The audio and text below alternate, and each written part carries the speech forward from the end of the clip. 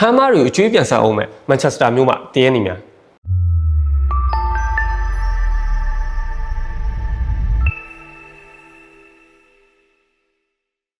အားလုံးပဲမင်္ဂလာပါခင်ဗျာ The Soccer Speed ရဲ့ Football Channel နဲ့ပြန်လည်ပြီးတော့ကြိုဆိုလိုက်ပါတယ်ဒီတစ်ပတ် Premier League ရဲ့စိတ်ဝင်စားစရာအကောင်းဆုံးပွဲစဉ်တစ်ခုဖြစ်တဲ့ West Ham နဲ့ Man United အသင်းတို့ရဲ့ပွဲစဉ်ကိုပွဲကြိုသုံးသပ်ချက်ဖြစ်တင်ဆက်ပေးသွားမှာပဲဖြစ်ပါတယ်အားလုံးပဲတူကြည့်လိုက်ကြအောင်ဗျာWest Ham အသင်းကတော့ဒီပွဲမှာသူတို့ရဲ့အားအသာဆုံးကစားပုံဖြစ်တဲ့တံမြန်တိုက်စစ်ပုံစံမျိုးနဲ့ကစားသွားဖို့ရှိနေတယ်သူတို့ရဲ့အားကိုးရတဲ့ကစားသမားတွေဖြစ်တဲ့ဆာမာဘေးနဲ့ဘိုဝင်တို့ရဲ့အမြန်နှုန်းတွေကိုအသုံးချပြီး United ကွင်းလယ်ခံစစ်တွေကိုကောင်းကောင်းကြီးဒုက္ခပေးလာဖို့ရှိနေတယ်လက်ရှိမှာတန်းစင်းစုံမှာရှိနေတဲ့ West Ham အသင်းအတွက်ကတော့ဒီအဆင့်18ကနေရုံးထွက်ဖို့ဆိုရင်ခုပွဲစဉ်ကိုအမှတ်မဖြစ်မနေရရှိအောင်ရုန်းကန်သွားဖို့ရှိရလို့ကျွန်တော်ကတော့ထင်မိရဲ့Man United အသင်းဘက်ကိုပြန်ပြီးကြည့်ရမယ်ဆိုလို့ရှိရင်လက်ရှိ Man United ပြတစ်ဖြစ်တဲ့ Michael Carrick လက်ထက်မှာခြေစွမ်းအတော်လေးကောင်းမွန်နေပြီးတော့၄ပွဲဆက်အထိအနိုင်ရရှိထားတာတွေ့ရတယ်အဓိကကစားသမားတွေဖြစ်တဲ့အသင်းကောင်းဆောင် Bruno Fernandes နဲ့တိုက်စစ်ကစားသမားတွေ Mbumo တို့ရဲ့စွမ်းရည်တွေက West Ham ကိုအတော်လေးဒုက္ခပေးလာနိုင်မယ်လို့ကျွန်တော်ကတော့ထင်မိရဲ့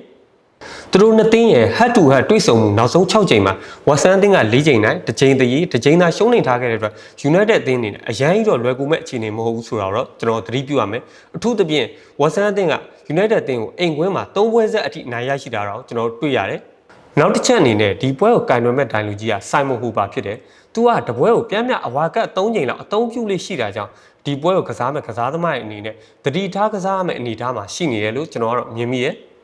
နှစ်သင်းစလုံးရဲ့နောက်ဆုံးကစားထားတဲ့ပွဲစဉ်တွေကိုပြန်ပြီးကြည့်ရမယ်ဆိုလို့ရှိရင် Man United အသင်းကနောက်ဆုံး၄ပွဲမှာ၄ပွဲဆက်အထိအနိုင်ရရှိထားပြီးတော့ West Ham အသင်းကလည်းနောက်ဆုံး၅ပွဲမှာ၄ပွဲအထိအနိုင်ရရှိထားတာကြောင့်နှစ်သင်းစလုံးကလက်ရှိအချိန်မှာခြေစွမ်းအတော်လေးကောင်းမွန်နေရလို့ပြောလို့ရတယ်။ညီကုန်းချုပ်သုံးသက်ချက်အနေနဲ့ပြောရမယ်ဆိုရင်တော့ခုခံမဲ့ပွဲစဉ်ကခံမှန်းရခတ်တဲ့ပွဲစဉ်တစ်ပွဲဖြစ်လာမယ်လို့ကျွန်တော်တော့ထင်မိရဲ့။ Man United အသင်းအနေနဲ့နောက်ပိုင်းပွဲစဉ်တွေမှာရလက်ကောင်းတွေရရှိနေတာမှန်ပေမဲ့လည်းWest Ham အသင်းရဲ့အိမ်ကွင်းမှာရလက်ဆိုးတွေရရှိလေးရှိတာကိုလည်းကျွန်တော်ထည့်ပြီးစဉ်းစားရမယ်။ဒါပေမဲ့ Man U နီးပြ Michael Carrick ရဲ့နီးဗျူဟာပိုင်းနဲ့အသင်းကောင်းဆောင် Bruno Fernandes ရဲ့လက်ရှိဖောင်ရဆိုရင်တော့ Man United အသင်းကပဲကပ်ပြီးအနိုင်ရဖို့အခွင့်အရေးပိုများရလို့ကျွန်တော်တို့ထင်မိရဲ့။ကျွန်တော်တို့ The Soccer Speed ရဲ့ခံမှန်းရလက်အနေနဲ့ပြောရမယ်ဆိုရင်တော့ West Ham အသင်းကတကူ Man United အသင်းက2ဂိုးဆိုတဲ့ရလက်နဲ့ပြီးဆုံးသွားလိမ့်မယ်လို့ကျွန်တော်တို့ခံမှန်းထားတယ်။ကဲ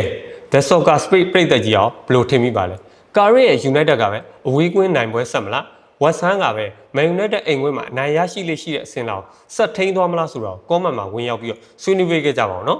အခုလိုပွဲပြီးသုံးသက်ချက်ကောင်းလေးတွေအမြဲကြည့်ရှုနိုင်မှုအတွက် The Soccer Speed ရဲ့ Football Channel ကို like and subscribe လုပ်ထားဖို့လည်းမမေ့ကြနဲ့ဦးနော်အားလုံးကိုကျေးဇူးတင်ပါတယ်နောက်ပတ်ဒီမှာပြန်တွေ့ကြမယ်